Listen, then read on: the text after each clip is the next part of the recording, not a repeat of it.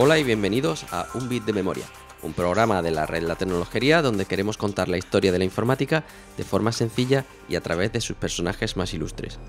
Os habla Pablo Trinidad, profesor de la Escuela de Informática de la Universidad de Sevilla. En este episodio queremos descubrir a la persona que, entre otras cuestiones, está detrás de muchas de las ideas que forman la programación orientada a objetos y a quien muchos consideran el padre de los ordenadores personales. Y para conocer mejor quién está detrás de todo esto, creo que no hay mejor persona que Jesús García Molina, catedrático de la Facultad de Informática de la Universidad de Murcia. ¿Qué tal, Jesús? Hola, Pablo, ¿qué tal? Pues nada, encantado de participar en tu programa y bueno, espero estar a la altura que el personaje se merece y ayudar a descubrir a este pionero de la informática, una persona que ocupa un lugar muy destacado, ¿no?, en la historia de la informática. Pues seguro que sí. Además tienes el honor de conocerlo en primera persona porque lo nombraste doctor honoris causa en la Universidad de Murcia, ¿verdad? Sí, vamos, por una iniciativa mía dentro de lo que fue la celebración del 25 aniversario de la Facultad de Informática aquí en la Universidad de Murcia, y lo propuse a él para ser investido doctor honoris causa, ¿no? Realmente fue el primer doctor honoris causa que no era de una facultad de letras ni de medicina, vamos, el primer doctor honoris causa de ciencia, y fue un informático en enero de 2010. Uh-huh. Muy bien, pues bueno, vamos a descubrir en detalle qué es lo que hace a Alan Kay, que es el personaje que vamos a hablar, tan relevante. Pues bien, Alan Kay fue reconocido con el premio Turing en 2003 por ser, literalmente, el pionero detrás de muchas de las ideas que son la raíz de los lenguajes de programación orientados a objetos contemporáneos, liderando el equipo que desarrolló Smalltalk y por sus contribuciones fundamentales a la computación personal. Muy bien. Tú me vas a ayudar a desgranar esto, ¿verdad, Jesús? Sí, esperemos, claro que sí. Vamos, lo que acabas de leer es lo que aparece, ¿no?, en la lista de premiados, en el caso de Alan Kay, como el motivo por el cual se le concedió, ¿no?, las contribuciones que realizó a la informática y por las cuales se le concedieron el premio Turing. Uh-huh. Que llamaría la atención porque en su caso, mientras que muchos galardonados con este premio, pues realmente en su contribución se centra en un área, pues yo qué sé, lenguajes de programación, arquitectura de ordenadores, sistemas operativos, redes. Pues en el caso de Alan Kay la contribución viene tanto del área de los lenguajes de programación y la programación en general, como lo que tiene que ver con la computación personal, ¿no? Dos áreas bien diferenciadas. Sí, que no tienen aparentemente nada que ver, así que vamos a recorrer su historia a ver cómo conectan, ¿no? Sí. Pues bien, por empezar por el principio, Alan Curtis Kay nació en Springfield, el que está en el estado de Massachusetts, un 17 de mayo de 1940. Su padre diseñaba prótesis de brazos y piernas y su madre era músico y le transmitió pronto sus conocimientos. Alan además devoraba todos los libros que tenía a su alcance, por lo que creció en un entorno muy artístico, literario y científico que en cierta forma pues forjó a la postre su perfil profesional, ¿no? A los 9 años se muda a la ciudad de Nueva York y estudia en el Brooklyn Technical High School, y antes de graduarse se alista en las Fuerzas Aéreas, donde descubre las computadoras y tras pasar un test de aptitud se convierte en programador del IBM 1401. Y es aquí donde comienza la historia con la informática, ¿no? Sí, vamos, de lo que has mencionado, pues yo destacaría que se cuenta que aprendió a leer muy pronto. A los 3 años leía muy bien, ¿no? Y bueno, pues cuando entró al colegio, a los 4 años, 4 o 5 años, había leído de unos 150 libros. Uh-huh. Ahora mismo él calcula que ha leído unos 20.000 libros. Y aquellos que han estado en su casa dice que cuando entras aquello es, pues bueno, hay libros por todas partes, como una gran biblioteca, y que reúne 13.000 libros. Entonces yo creo que estamos hablando de... dividimos 20.000 por 365 días del año y vamos, es algo realmente espectacular. Es una apasionado de los libros, de la literatura, vamos, y también, bueno, lo que decía, ¿no?, en ese ambiente en el que creció, por una parte su padre era biólogo y su madre pues era una persona pues, muy refinada, era pintora también, uh-huh. Era profesora de música, y vamos, que son cualidades que luego él heredó, porque luego lo veremos, ¿no? Él también se fue profesional en el mundo de la música y también pintaba muy bien. Ujú. Y bueno, tiene 20.000 libros Ha y leído. es, sí, ha leído los que tiene y eso a pesar de estar detrás de la concepción de lo que son los ebooks a día de hoy, ¿no? Claro, nosotros, por lo menos yo como un mortal que está muy lejos de una mente de este tipo, pues te pregunta, bueno, y uno, ¿de dónde saca tiempo, ¿no? Para poder leer tanto y hacer tantas cosas, ¿no? Como le ha hecho a lo largo de su vida, ¿no? Entonces, pues, sí, realmente es sorprendente. Y luego también, por lo que decía, realmente sí, yo creo que más que alistarse, a él lo llaman. Es decir, es como, no sé, como ir al servicio militar. Él no estudiaba y entonces, pues, al acabar los estudios de secundaria lo llaman al ejército, ¿no? Ujú. Y ahí bueno, fue cuando su primer contacto con los ordenadores y cuando aprendió a programar. Aprendió Ujú. programación ahí en el ejército. Que él venía de ser guitarrista profesional de jazz, que daba clases y tal en ese Sí, periodo. cuando acaba en secundaria y luego ya también durante sus estudios de grado, él también vamos, es un músico profesional, es decir, un guitarrista de jazz. Entonces, pues bueno, entra en contacto con bueno, los armarios, entonces eran armarios, los ordenadores, ¿no? Y, Imagínate. y muebles bastante grandes, y ahí es donde empieza a tener contacto con lo que es la programación en el ejército, ¿no? Años 60, es decir, él está allí en el año 62, un año, 62, 63. Entonces, pues imagínate en aquellos años pues lo que eran los ordenadores, ¿no? Ujú. Pero bueno, después de eso, que es un servicio militar, ¿no? Que dura, pues, eso, un año, ¿no? Sí, entonces a partir de ahí es cuando ya, bueno, decide estudiar en la universidad. Ujú, Y entonces, bueno, durante 4 años obtiene un mayor en matemáticas y también en biología. Es decir, vamos, que obtuvo su grado en dos carreras, es decir, tiene una formación tanto que luego realmente le fue útil, una formación de matemáticas ujú, y también en biología molecular. ujú. Va- Y entonces eso estuvo hasta el 66, que fue cuando se graduó. Mm. Y entonces ahí ya sí se acerca un poquito más a lo que es la informática a través de un máster en ingeniería eléctrica, ¿no?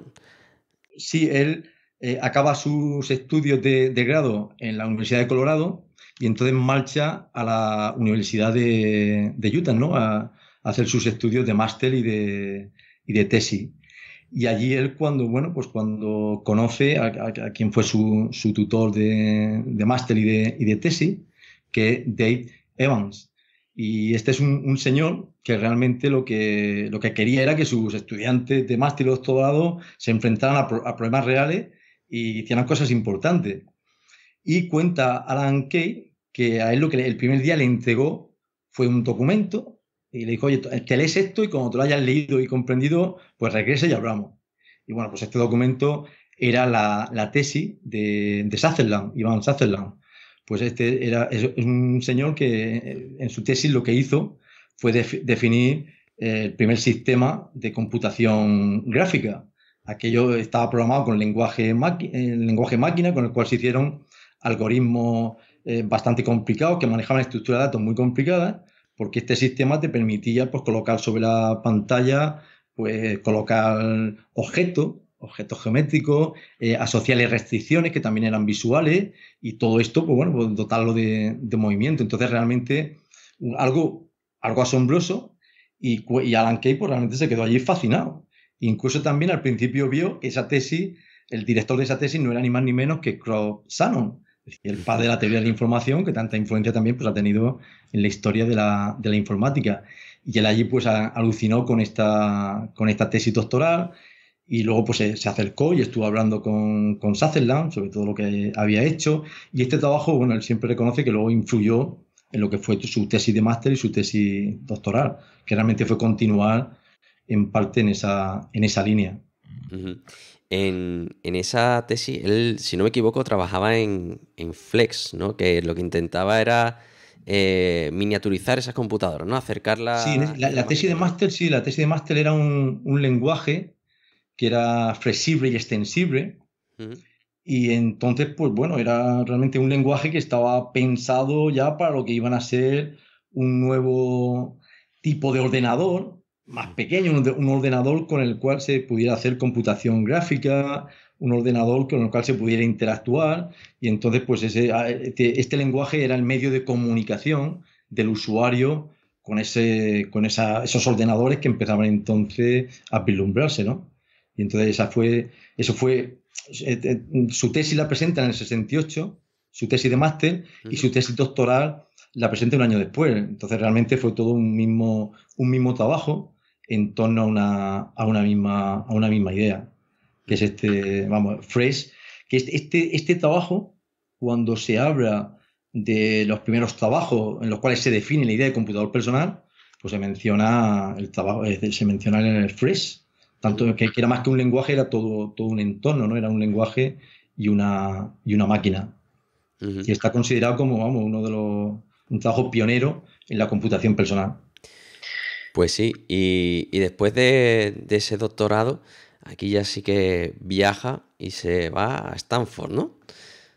Después de ese doctorado, sí está, durante un año está como assistant professor en Utah. Y luego es cuando marcha al laboratorio de inteligencia artificial de Stanford, Sí. que allí está un año, y es una etapa previa a lo que fue quizás la etapa, no sé, quizás más importante, más productiva de su vida, que es cuando entra en el Centro de Investigación de Cero en Palo Alto, el famoso PALC. El Palo Alto Research Center. Y ahí, bueno, él fue de los primeros en llegar, es decir, yo creo que llegó el primer año de su creación, y ahí se crea este centro con un objetivo, que era el diseño y construcción de lo que iba a ser el ordenador personal. Un ordenador personal que entonces se veía como una máquina de oficina. Entonces, claro, Sera estaba interesado en lo que iban a ser, en el uso de los ordenadores en el contexto de las oficinas. Y entonces ahí estamos hablando del año 70-71 con los mainframes, pero bueno, hay gente ya que piensa en ordenadores más pequeños, ordenadores en los cuales pues la gente que trabaja en una oficina pues iba a poder escribir, hacer dibujos, etcétera, ¿no? Sí, ellos lo llamaban la oficina del futuro, decían. La oficina del futuro, efectivamente. Era el nombre del proyecto, sí.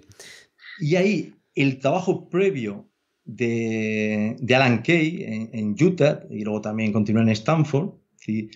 Pues realmente juega un papel importante, ¿no? Como el trabajo en torno al cual se podía construir ese ordenador personal. Porque a partir de su tesis de máster y su tesis doctoral, Alan Kay empieza a trabajar en el diseño y construcción de lo que él llamó Dynabook. Bueno, es decir, el Dynabook era, pues eso, era su visión de lo que debía ser un computador personal, ¿no? Entonces, que es gracioso de dónde viene el nombre, ¿no? ¿Por qué Dynabook? Es decir, un libro dinámico. ¿Por qué? Pues porque él, en ese momento, ya pensaba que el ordenador iba a jugar, lo que iba a ser, para decir, el impacto que iba a tener para la humanidad, iba a ser similar al que jugó la imprenta. Ajá. Y con la imprenta aparece, bueno, pues ya aparece lo que son los libros. Ya es posible que uno pueda aprender por sí mismo. Los profesores son importantes, pero ahora hay un medio con el cual uno también puede aprender. Y bueno, y eso realmente, pues, la importancia de los libros en la historia de la humanidad, pues ahí está, ¿no? Entonces, él ve que el computador iba a ser como algo así como la imprenta del futuro, en el cual ya los libros ahora ya no iba a ser un texto, sino que un libro era algo dinámico, con lo cual que podías simular, tú podías ver objetos en movimiento y tú podías interactuar con él. Entonces, esa es la visión que él ya tiene a principios de los 70, o finales de los 60, el Dynabook, que eso es realmente fantástico. Sí, que cuando vemos lo que es el concepto, no deja de ser pues una especie de BlackBerry gigante, ¿no? Es una pantalla con un teclado abajo, todo en una superficie relativamente plana, ¿no? Y eso como si fueran muy cercanos a los libros electrónicos a día de hoy, pero con un teclado. Sí, también cuando estaba en Utah, bueno, pues allí había mucha gente que llegaba, lo típico, ¿no? Para dar charlas, conferencias. Y entonces ahí también fue cuando conoció a Doug Engelbart, que es bueno, el padre del ratón, el hipertexto. Sí. Y él también, pues ahí en ese momento, pues le llamó mucho la atención toda esta serie de dispositivos, de punteros sobre la pantalla con los cuales interactuar. Entonces ahí cuando él fue, es decir, eso ya, todo ese tipo de dispositivos y los trabajos de Engelbart, para él también han sido una fuente de inspiración y bueno, pues luego colaboraron juntos en el centro de Palo Alto, de Sero. Mm. Entonces, sí, él ya, todo eso fue formando su visión de lo que era el Dynamo. También, estando en Utah, es cuando comienza a tener contacto con Minsky, con Simon Papel, el creador de Logo, y también empieza a ver cómo el ordenador podía jugar un papel fundamental en el aprendizaje de los niños, ¿no? Ujú. Entonces, pues bueno, Papel ya había desarrollado Logo, que no dejaba de ser un dialecto de Lisp, con el cual para fomentar la creatividad de los niños, ¿no? Es decir, una herramienta creativa fantástica que ya, bueno, y él, bueno, todo eso fue formando en él esa idea del Dynabus, ¿no? Es curioso sobre todo la visión humanística que tiene aquí Alan Kay en este proyecto, ¿no? Que no crea un dispositivo simplemente porque puede crearlo, sino que además introduce a los niños en los experimentos, que es así un poco como novedoso, ¿no? Porque claro, los adultos ya están como contaminados y lo que quieren es un poco ver pues ir a la base de la interacción humana, ¿no? Y por eso van a ver cómo los niños interactúan con sus dispositivos y, por supuesto, luego las aplicaciones educativas, ¿no? Sí, bueno, hablando de Logo, yo más que decir, bueno, tuve que aprenderlo porque en algún momento fui profesor de Logo, ¿no? Allá a mediados de los 80, ¿no? E incluso estuve por aquí, por Murcia, Horacio Regini, un argentino que escribió un libro muy bonito sobre Logo, ¿no? Que era Alas para la mente. Y Mm. entonces, ahora que está tan de moda todo lo que tiene que ver con el uso de la programación o el aprender a programar para fomentar la creatividad de los niños, ¿no? Y que adquieran una serie de habilidades que tienen que ver con la abstracción, con la resolución de problemas. Bueno, pues en aquellos años todas esas ideas estaba ya trabajando en ellas, ¿no? Y bueno, era lo que estaba detrás de Logo. Y como muy bien dice, una de las facetas que a mí me atraen de Alan Kay es pues eso, ese humanismo, ¿no? Esa visión humanística en Mm. la cual el ordenador, pues desde un principio le interesa como una herramienta que puede cambiar la humanidad porque puede mejorar la educación. Y Mm. entonces dice, oye, mira, que los libros, y digo, claro, él desde pequeño ha sido muy lector, oye, que los libros permitieron que gente que no podía acudir a maestros, que no podía hacer a la escuela, pudiera aprender por su cuenta, ¿no? Entonces, y él también ve los ordenadores ahora como todavía, es decir, el siguiente paso detrás de los libros. Entonces, una vez que los niños puedan ahora, es decir, van a aprender, es decir, pero todavía es decir, es algo mucho más potente que un libro por las capacidades Ujú. que tiene un ordenador en cuanto a lo que comentamos antes, ¿no? Y entonces eso, él, cuando estuvo aquí en Murcia, bueno, me decía bueno, que él realmente toda su vida, su proyecto es el mismo, que cuando arrancó en su tesis de máster y luego en su tesis de doctorado, pues ya tenía una idea en mente y esa idea es la que no ha abandonado a lo largo de toda la vida, porque él todavía, en las charlas que da, en los ensayos que escribe, él siempre está con la idea de que la verdadera revolución de los ordenadores todavía está por llegar, es decir, no Ujú. se ha producido. Y esa visión que él tiene todavía no. Y sigue, y él dice que él sigue trabajando en ello. Sí, además que, bueno, ya nos adelantamos un poco aquí en el tiempo, ahora volveremos atrás, ¿no? Pero sí que participa activamente en programas como One Laptop per Child, ¿no? Sí, sí, sí. Él fue el impulsor. Y bueno, de hecho, ese proyecto estaba basado en su idea del Dynabook. Claro. Y él, bueno, el que realmente el líder del proyecto fue su amigo Nicolás Negroponte, Ujú. pero sí, vamos, él fue impulsor de ese proyecto. Sí, y esa es la línea, digamos, que se mantiene su línea de trabajo hasta el día de hoy, pero aquí aparece uno de los méritos, además, que destaca también ACM en el premio Turing, es el lenguaje Smalltalk, ¿no? Sí, vamos a ver, yo a Smalltalk le tengo mucho cariño, ¿no? Porque bueno, vamos, lo que es mi vida académica, pues ha jugado un papel muy, muy importante y te cuento por qué. En el año, sería 88, 89, recuerdo que en una visita, pues un profesor de Madrid, Luis Cearra, que era el director del Centro de Cálculo de Madrid, pues hablando con él, me dijo algo así: oye, chico, el futuro, es decir, aquí lo que merece la pena, donde hay mucho interés, en Smalltalk. En ese momento para mí Smalltalk era el lenguaje de las ventanas, del ratón, las ventanas. Yo no tenía mucha idea. Pero sí que luego pude ir pues, a una charla que impartió aquí en Madrid Bertrand Meyer sobre programación orientada a objetos.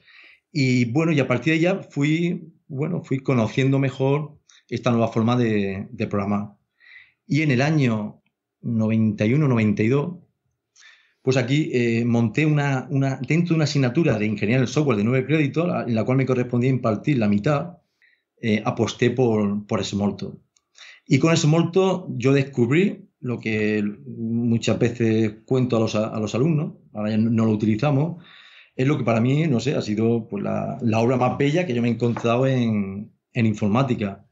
Realmente Smalltalk es algo realmente hermosísimo, armonioso. Es un lenguaje en el cual es una mezcla de simplicidad y expresividad. Es un lenguaje, claro, que está definido en los 70 y en el cual, por supuesto, te encuentras todo lo que tiene que ver con el paradigma orientado a objetos. De hecho, ahí es cuando, y por eso le dan el premio, ahí es cuando se concibe un lenguaje orientado a objetos puro. Pero no solamente eso, es un lenguaje que tiene no solamente reflexión, sino que también tiene metaprogramación. Es un lenguaje que lo que ahora está de moda, las expresiones lambda, que ha incorporado ahora Java 8, bueno, pues ya tenía allí los bloques de código. Es un lenguaje que resulta que no es solamente un lenguaje, porque quien lo idea o quienes lo idean dicen no, un lenguaje también tiene que ir acompañado de un entorno perfectamente integrado. Entonces, Smalltalk realmente es un entorno de programación, donde está lo que es el entorno en sí, propiamente dicho, con su lenguaje. Y el entorno resulta que el programador dispone del código y tú puedes cambiar el código.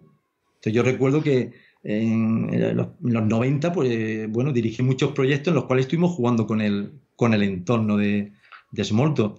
Entonces realmente Smalltalk para mí, como te digo, es una maravilla. Yo he pensado, oye, ¿quién ha diseñado esto? Realmente, bueno, realmente... Y realmente lo interesante es que para alguien que hoy quiera conocer Smalltalk, esta maravilla, resulta que Alan Kay ha escrito pocos artículos, pero sí una vez escribió uno por invitación, un artículo que se titula The Early History of Smalltalk. Sí. ¿No? La historia inicial de los primeros años de Smalltalk, que es un artículo de 40 o 50 páginas donde te cuenta todo lo que tiene que ver con la concepción del lenguaje desde que llega a Utah y conoce los trabajos de Sutherland hasta el año 83, donde digamos ya está disponible, se libera de ser la primera versión estable de Smalltalk, que fue la que se comercializó y la que ya se utilizó ya de modo general. Publicaremos el enlace a ese artículo, que es interesantísimo. Y bueno, para quien no sea tan antiguo, ¿no? Si habéis programado en Objective-C, por ejemplo, pues sí que conserva mucho de las cuestiones importantes de Smalltalk. Y por supuesto, bueno, lenguajes como Java, Ruby, toda la orientación a objetos, sobre todo el concepto de estado de esos objetos, que tienen un estado y que se mandan mensajes unos a otros, que se pueden mandar mensajes a sí mismos. Y eso, sí, bueno, es a día de hoy, pues casi todos los lenguajes de programación orientados a objetos llevan eso. Si me lo permites, Pablo, sí, claro, te diré que bueno, no solamente fue aquí, bueno, aquí en una entrevista cuando estuve aquí en Murcia, pues de un diario, pues bueno, la pregunta típica, ¿no? Sobre Java, tal. Y bueno, se han hecho muchas veces, ¿no? Alan Kay lo que responde, así irónicamente, dice que cuando él estaba pensando en lo que era la orientación a objetos, vamos, ni por asomo tenía en la cabeza lo que era Java y C++. Entonces te quiero decir que, y claro, cuando realmente conoces Smalltalk, cuando tú luego aterrizas incluso en Objective-C, que antes lo mencionaba, Java y tal, es otra cosa, porque claro, estamos hablando de un lenguaje que está inspirado en Lisp, en lo que es la programación funcional, que ahora también está de moda, Sí, integrar la programación funcional con la programación orientada a objetos. Es un lenguaje que está inspirado en Lisp, por supuesto en Simula. sí, que Por es el supuesto, origen. ahí eso él siempre nunca lo ha negado. Está inspirado en la idea de Sutherland, incluso en las ideas de redes de computadores que se conectan. Porque fíjate cuál es la metáfora que hay detrás de la programación orientada a objetos y de Smalltalk. Es la visión de que al final el cómputo van a ser un conjunto de pequeños ordenadores que se van a comunicar entre sí y cada uno de ellos tiene una memoria con datos y luego tiene procedimientos que procesan esos datos. Entonces, y además hay una composición recursiva, que un ordenador puede estar Mm, compuesto de otro, y entonces, claro, y la clave está que todos intercambian entre sí mensajes para realizar un cómputo. Por eso él dice que realmente la programación orientada a objetos realmente es una programación orientada al mensaje. La clave, la clave son los mensajes, donde entonces ya no tenemos invocaciones es decir, lo que es la programación imperativa, invocaciones a rutinas, sino no, es que a un objeto yo le digo, oye, haz esto. Entonces, para él, esa es la clave. Entonces, es realmente más la idea de mensaje que la de objetos. Porque él dice que ellos no. La programación orientada a objetos, el nombre, no surge, bueno, realmente de una forma, no surge a conciencia, ¿no? Pues a esto programación orientada a objetos. Sino que en aquellos años, las estructuras de datos que eran complejas, pues se hablaba de los objetos. Entonces, por ejemplo, en la tesis de Sutherland, pues ahí estaban los objetos. Entonces, el término objeto era un término general para cualquier estructura de datos, ¿no? Pero aquí, bueno, entonces pues ellos, por supuesto, tenían objetos. Pero lo interesante era la comunicación de los objetos vía mensaje. ujú. Y que, como bien dice, por supuesto, inspira a todos los lenguajes orientados a objetos que vienen a continuación, ¿no? Sobre todo a lenguajes como Python, Ruby, Scala, pues todos esos Ujú. están generando. Y luego quizás lo que no se conoce es que Java aparece en el 95. Y ese año, digamos que lenguajes orientados a objetos, que, bueno, utilizables, pues había dos, C++ y Smalltalk. Ujú. Y bueno, pues realmente en eso, bueno, y luego también había lenguajes como Eiffel o Objective-C, pero realmente los más utilizados eran C++ y Smalltalk, ¿no? Sobre todo C++, que realmente era un lenguaje C sobre el cual se había construido una envoltura para convertirlo en un lenguaje orientado a objetos. Y justo antes de salir Java, hay un informe de una consultora muy importante en la cual se dice que Smalltalk le va a ganar la partida a C++ e iba a ser el COBOL del futuro, el COBOL del siglo XX, ¿no? Realmente iba, y de hecho IBM lanzó el proyecto San Francisco, que estaba basado, era un framework para aplicaciones de gestión en Smalltalk, basado en Smalltalk. Y yo estaba muy feliz y contento, porque digo, pues aquí esto está muy bien, ¿no? Porque yo había apostado por Smalltalk. Hombre, tal y como han ido los lenguajes últimamente, ¿no? Que hay como una especie de involución hacia los lenguajes funcionales, ¿no? Están incorporando, se está como revisitando todas las innovaciones que ha habido históricamente a nivel de lenguaje, pues a lo mejor tenemos un resurgir de Smalltalk, a lo mejor no con ese nombre, sino con otro, y el concepto de mensajes pues vuelve a resurgir, ¿no? Vamos, lo que dice es cierto, ahora mismo el área de los lenguajes de programación pues, realmente es un área desde hace unos pocos años muy, muy activa, ¿no? Con la aparición de nuevos lenguajes y lenguajes que además pues, se están utilizando mucho. Pues, no sé, recientemente el lenguaje Kotlin, es decir, un Java, pero que bueno, realmente con mecanismos algunos mecanismos más potentes de los que ofrece Java, bueno, antes Scala, los lenguajes que es de Google como Go.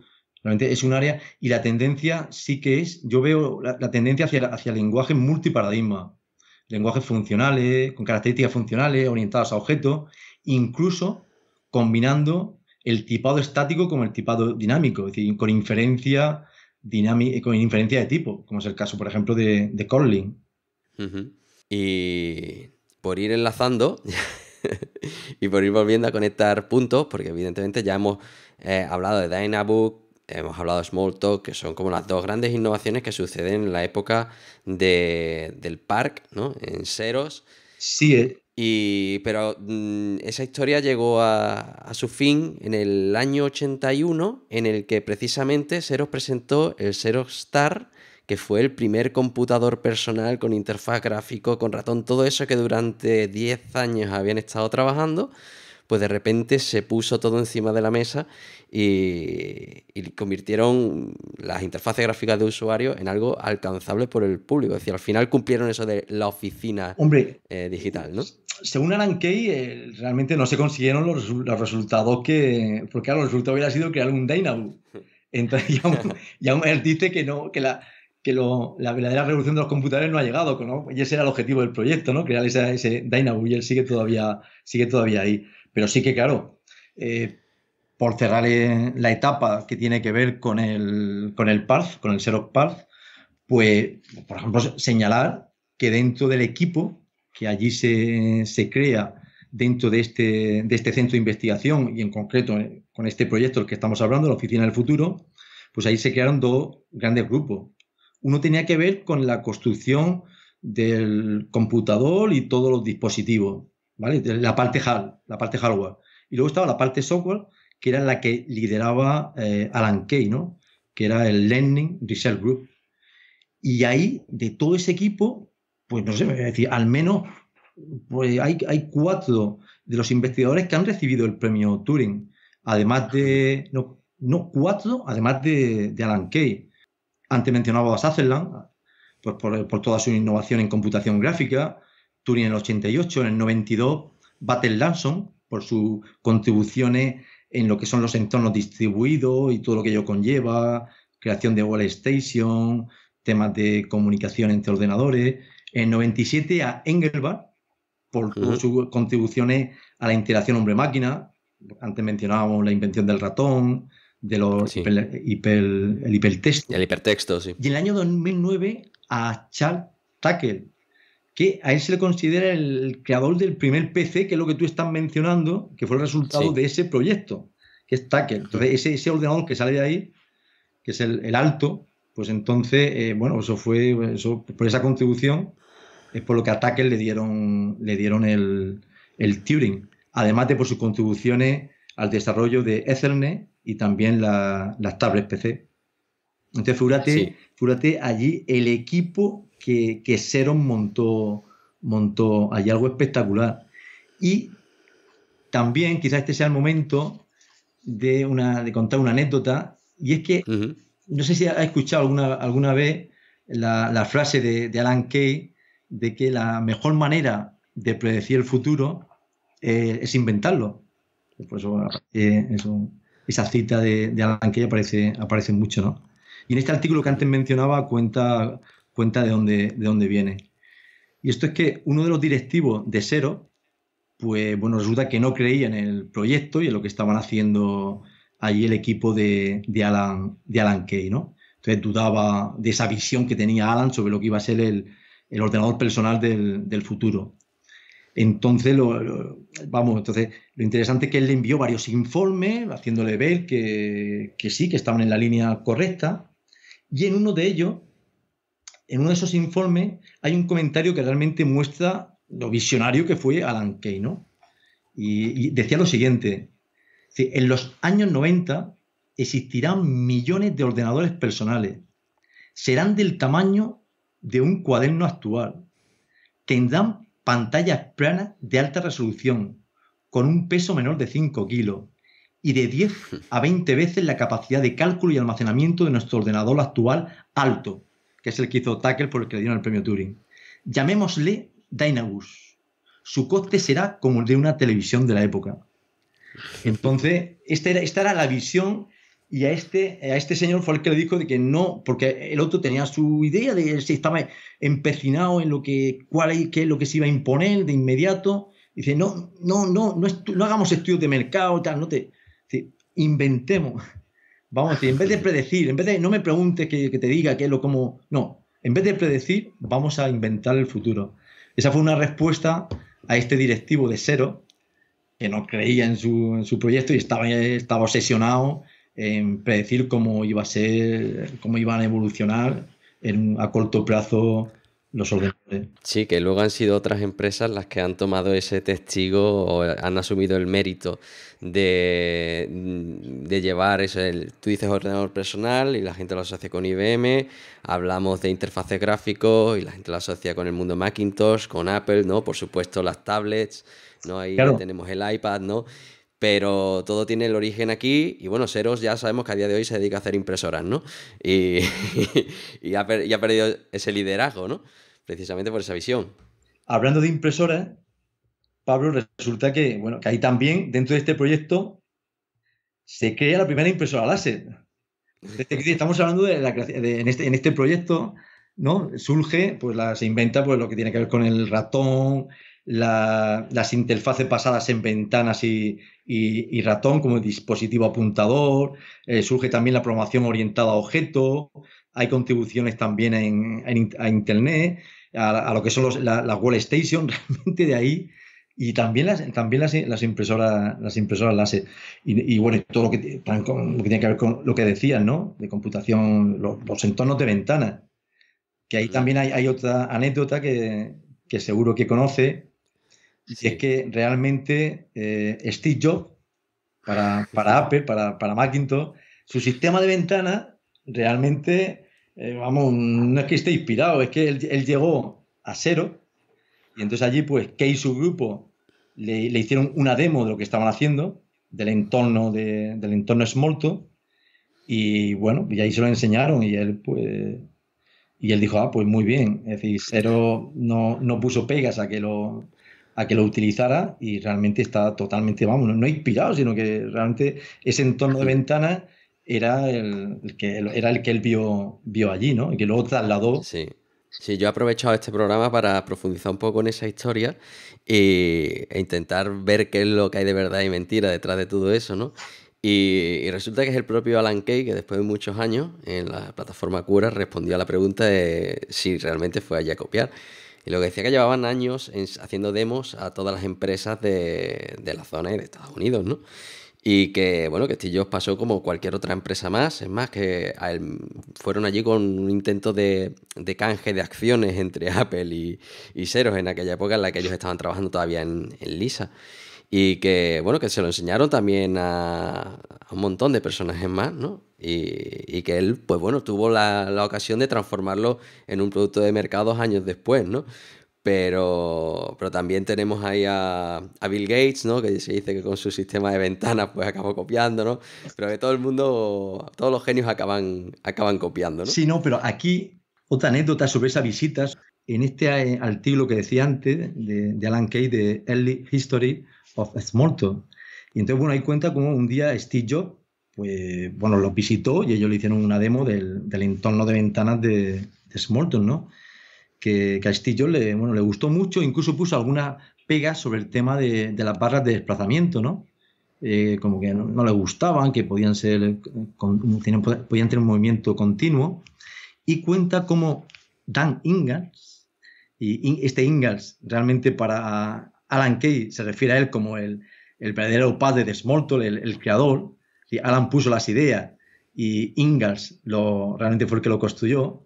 Pues entonces allí cogió el ordenador, cogió, oye, que no te gusta esto, y en unos minutos se le cambió, hizo lo que Steve Jobs quería y dice, ahora, ¿te gusta ahora? Y todo el mundo ahí se quedó fascinado, ¿no? Cómo podías cambiar el entorno allí directamente en unos pocos, y bueno, y verlo directamente allí sin necesidad ni de compilar nada ni de hacer ninguna historia rara.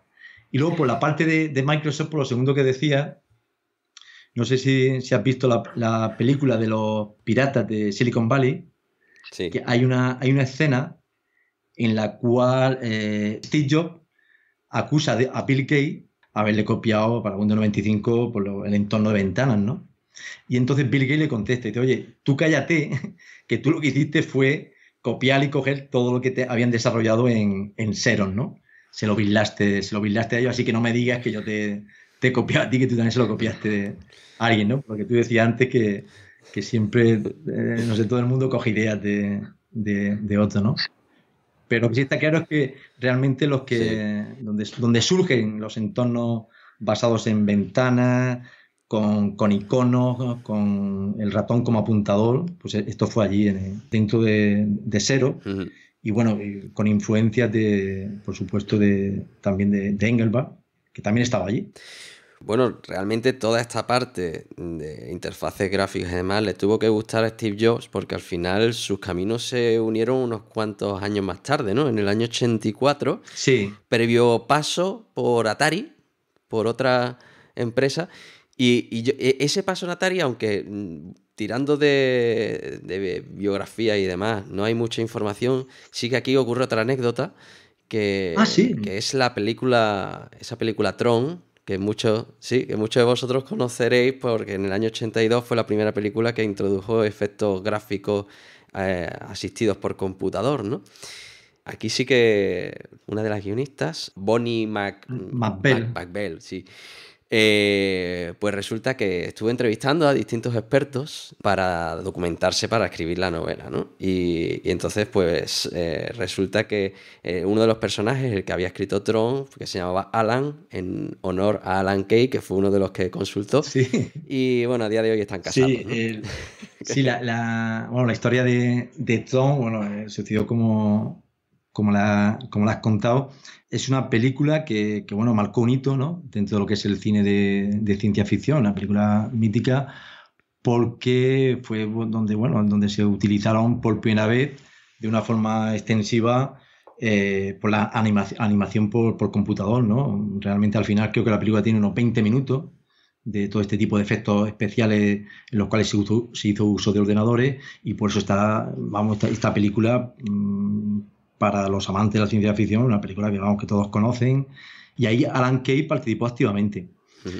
Yo he leído, por una parte, que él se ofreció a colaborar en la película, y también, por otra, que realmente el director lo que hizo fue organizar una serie de entrevistas con expertos en programación, ¿vale? Y uno de esos expertos fue Alan Kay, que además fue el último, y fue al que al final, pues, tanto al director como a la guionista también, Bonnie McBell, que antes mencionaba, pues fue el que le llamó la atención.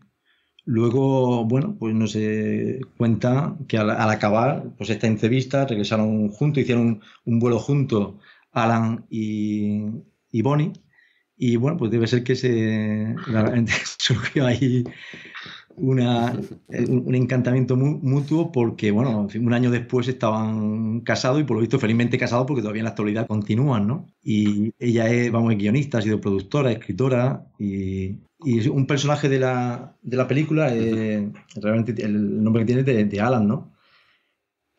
Porque en la película el protagonista, lo que Sí. sucede es que es que introducir dentro de un ordenador, y ahí entonces pues los programas son antropomórficos, y bueno, tiene que luchar contra ellos, y todo esto. Entonces hay un personaje que ayuda al protagonista, ¿no? Sí, Que es el que también había creado uno de los programas, que es Strong, y ese es Alan. pues sí. Pero volviendo de nuevo, ahora seguimos, estamos en el año 82, ahora pasamos al año 84, en Apple, ¿no? Donde desarrolló Squeak. ¿Qué es eso de Squeak? Pues Squid es una nueva versión de Smalltalk. Entonces, pues Smalltalk, pues retomado unos cuantos años después, pues ahí ya, por todo lo que se le añaden, pues son una serie de librerías, sobre todo para lo que tiene que ver con multimedia, con animación. Y entonces, pues, pero vamos, es una nueva versión de Smalltalk. Se mejora el entorno, se crean lo que son los morphs, y todo esto, pues, es la versión de Smalltalk, que cuando ahora uno quiere utilizar Smalltalk, lo que hace es utilizar esa versión, Squeak, Ujú. sobre la cual luego en otros proyectos de Alan Kay, lo que se hizo fue utilizar Squid para desarrollar otras herramientas como Crockett o Toys. Ujú. Entonces, pues, pero vamos, es una nueva versión de Smalltalk. Ujú. Ya, sí. Y aquí es donde coincide la primera etapa de Steve Jobs, hasta el año 97 que estuvo allí. Sí, creo que, vamos, ambos, cuando se va Steve Jobs de Apple, Sí, pues es que realmente también cuando en ese momento es cuando Alan también se marcha, ¿no? Sí, marcha a Disney. sí, cierra el Advanced Technology Group, que era el grupo en el que estaba trabajando, Sí, y se marcha a Disney en el año 97. Y aquí él sigue trabajando en Disney, en Squeak, ¿no? sí, ya te digo que él, vamos, lo que es Squid y los desarrollos sobre Squid, esa ha sido una constante, es decir, que Squid, ya te digo, no deja de ser otro Smalltalk, ¿no? Y entonces, pues todo eso, bueno, pues en Disney continuó con ese proyecto y luego, pues en las empresas que vinieron después, ¿no?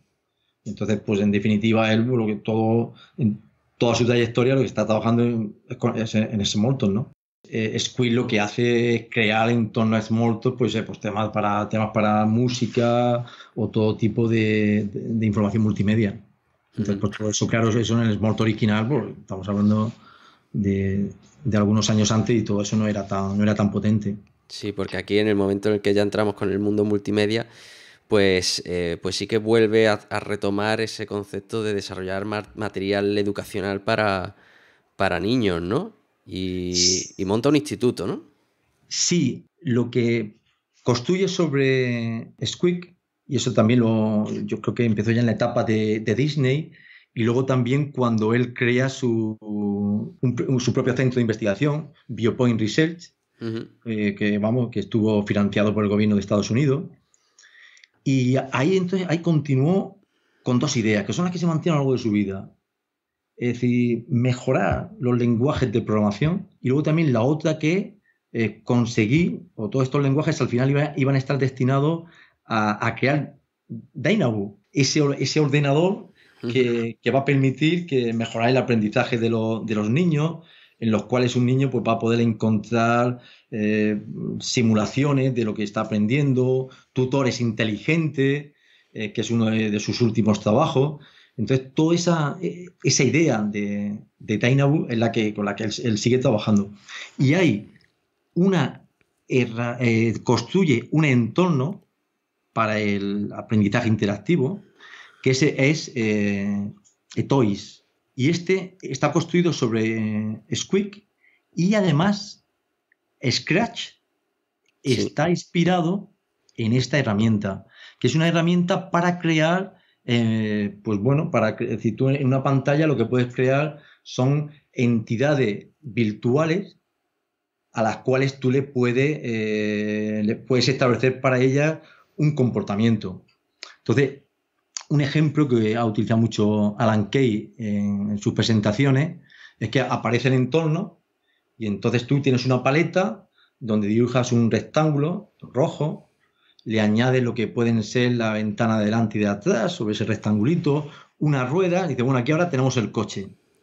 Entonces coges un script y tienes una serie de operaciones sobre objetos gráficos, pues tipo lo que podía ser luego, ¿no? De avanza, gira y todo esto, ¿no? Entonces tú ahora, pues a ese coche, lo que ahora le dice, oye, pues a este tipo de movimiento. Entonces el coche empieza a moverse, él solito empieza a hacer movimiento por la pantalla. Y ahora tú cambias esas operaciones que has asignado al coche, pues te cambia el movimiento. Ujú. ¿Vale? Oye, el ángulo de giro, pues está. Ahora quiero que vaya en línea recta, quiero que no. Y lo curioso es que también ahí de pronto tú dices, bueno, y ahora vamos a pintar aquí un volante.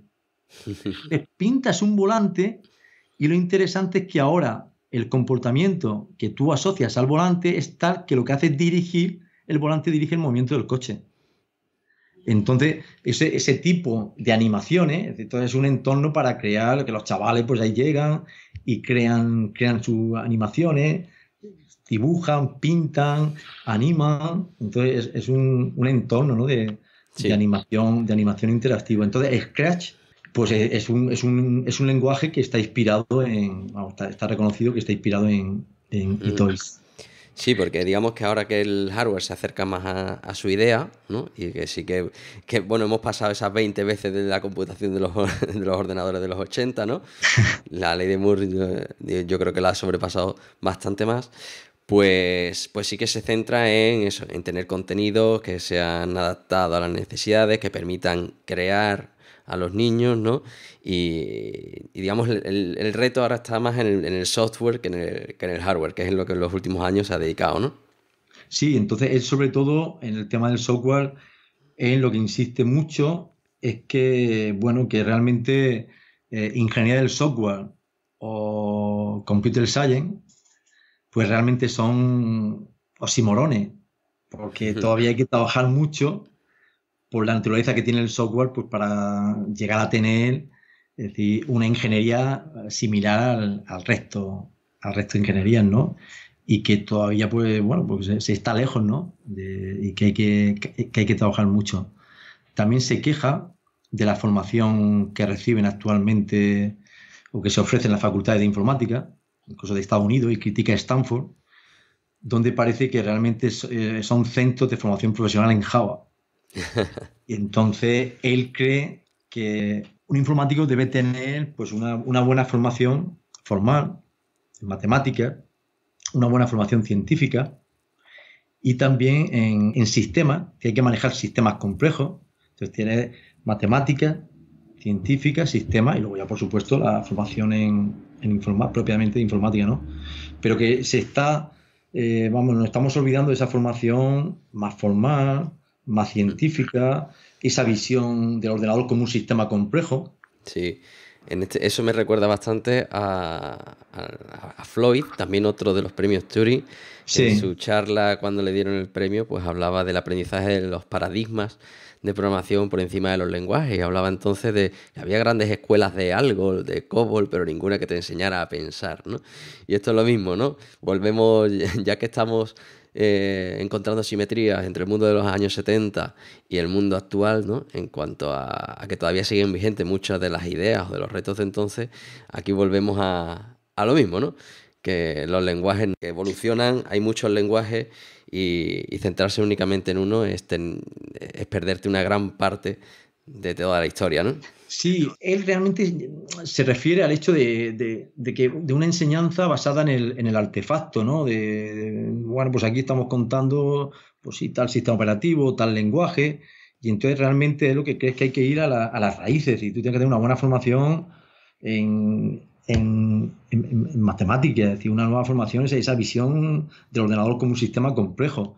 Entonces, tú tienes que tener una formación ahí y luego ya vendrán, pues sí, vendrá conocer lenguajes, sistemas operativos, redes, etcétera. Que también hay que conocerlo no desde un punto de vista de artefacto, sino desde una visión de los conceptos siempre antes que los artefactos, ¿no? La cultura. Que sí que yo, por lo que tú dices, yo, por ejemplo, lo que he hecho ahora en falta, al menos en las facultades españolas, es que hemos olvidado materias que yo creo que son esenciales.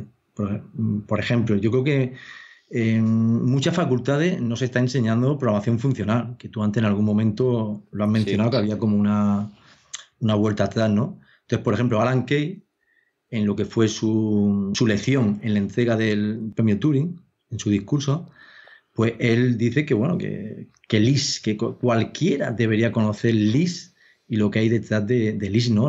De la programación funcional, ¿no? Y antes, yo recuerdo que en los planes de estudio estaba la asignatura de lenguajes de programación, que te ofrecía una visión global de los distintos paradigmas, los distintos mecanismos que hay detrás de los lenguajes. Pues, oye, las corrutinas, el tema el tema que tiene que ver con programación concurrente, todo eso cómo se reflejaba en los lenguajes, ¿no? Y ahora, ese tipo de asignatura, yo no sé, en vuestra facultad, al menos en la mía, no existe esa asignatura de lenguajes de programación o de paradigmas de programación que te ofrece ya más allá de un lenguaje concreto, sino que te ofrece una visión general de los mecanismos que hay detrás de los diferentes lenguajes Sí, y ya cómo se pueden combinar. incluso el propio conocimiento de cómo funciona un compilador, cómo todo eso se acaba traduciendo y que al final te da la oportunidad de saber cómo están construidas las cosas, de tener criterios para luego evaluar los lenguajes desde un punto de vista más objetivo, no Claro, de claro. estómago. Y aunque parezca raro, si tienes necesidad, crearte tu propio lenguaje y ser el próximo Alan Kay que cree el próximo paradigma que nos ayude a construir pues mejor software y acercar el software a las personas que al final lo quieren utilizar, ¿no? Sí, y incluso, vamos, en el sentido de lo que dicen, ¿no? Como mencionaba Alan Kay, una cosa que él decía es que es decir, ellos allí, en cero o en su vida, es decir, el objetivo no era resolver problemas, sino que también es imaginar, es decir, imaginar, adelantarte y ver posibles situaciones que pueden venir en un futuro y tú no estás resolviendo un problema actual, sino que estás viendo problemas que pueden surgir en el futuro, por lo que tú dices, ¿no? De tener también esa visión para poder luego crear un lenguaje, ¿no? Sí, y no solo eso, sino también, pues bueno, al final estamos haciendo software para personas, hay que saber de psicología, de estética, hay que recuperar el concepto renacentista, ¿no? Y tocar muchas disciplinas para poder hacer cosas diferentes y no ser simplemente un traductor de un lenguaje a otro, ¿no? Pues lo que acabas de comentar está muy bien pues para describir a Alan Kay, ¿no? Y es algo que yo algunas veces lo he pensado, ¿no? Entonces, por ejemplo, no sé, lo comparaba pues a, no sé, a esas personas del Renacimiento que realmente tenían un dominio del saber de su tiempo, y esa visión renacentista que tú dices de Alan Kay es algo que es evidente cuando tú ves lo que ha sido su trayectoria. Pues una persona que ha tenido contacto con psicólogos, es una persona que ha estado interesada en el tema de la interacción hombre-máquina y por eso está interesada con los psicólogos, o por el tema del aprendizaje. Es una persona que le ha interesado Montessori para el tema también del aprendizaje, cómo tenía. Es una persona que ha bebido de muchas fuentes y realmente, pero bueno, llegando hasta las profundidades, ¿no? No quedándose en la superficie. Entonces, yo creo que esa visión renacentista, vamos, yo creo que en el caso de Alan Kay es algo que es evidente. Pues bueno, por ir ya cerrando, ¿no? Pues este personaje tan renacentista, ¿no?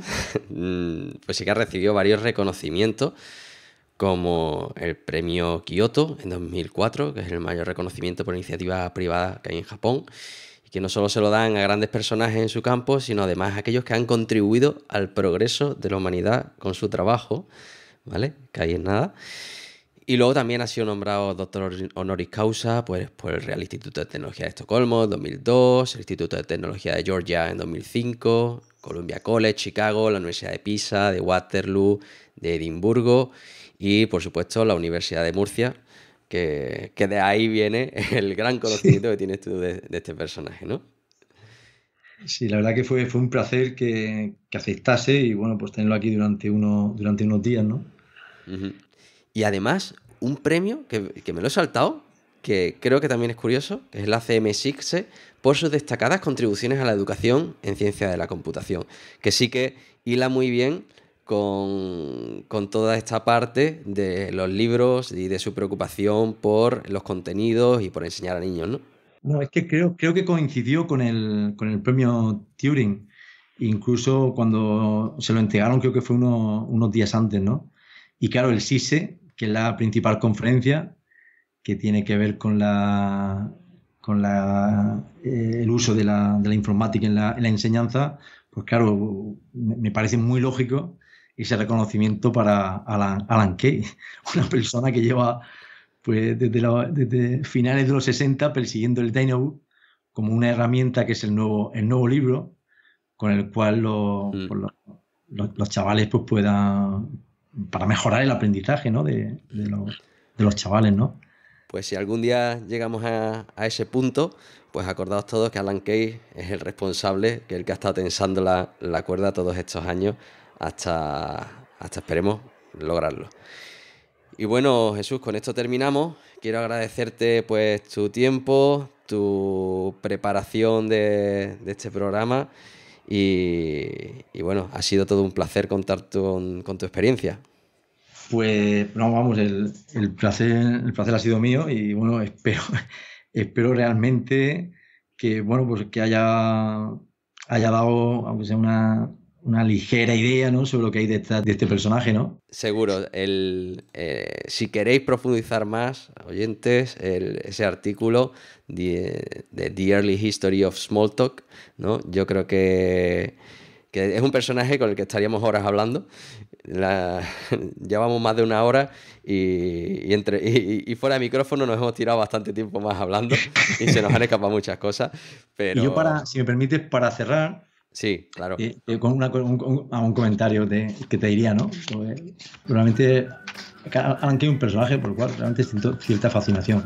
Y es que en la primera página de mi tesis doctoral, allí aparece una cita anónima que realmente era mía y que decía algo así como que cada uno es prisionero de su mente excepto algunos que pueden volar y gozar leyendo y escribiendo en el libro de la ciencia. Es decir, el mago de la lámpara le pidió un deseo y él, sin dudar, dijo: quiero poseer una mente como la de Newton, Schrödinger, Russell, von Neumann, y con ello escapar de mi cárcel neuronal.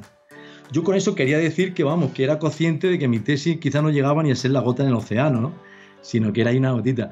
Y solo puedo decir que dentro de esa lista que yo entonces allí escribí de personas, de esos sabios, ¿no? Que yo pensaba que realmente eran personas que esa mente, de esas mentes maravillosas, ¿no? Creo que Alan, pues eso, una mente maravillosa. Pues bueno, yo no puedo decir nada que lo mejore, así que, que muchísimas gracias, Jesús, por todo este conocimiento, y espero que nos veamos pronto y algún día pues seguir grabando programas tan interesantes como este.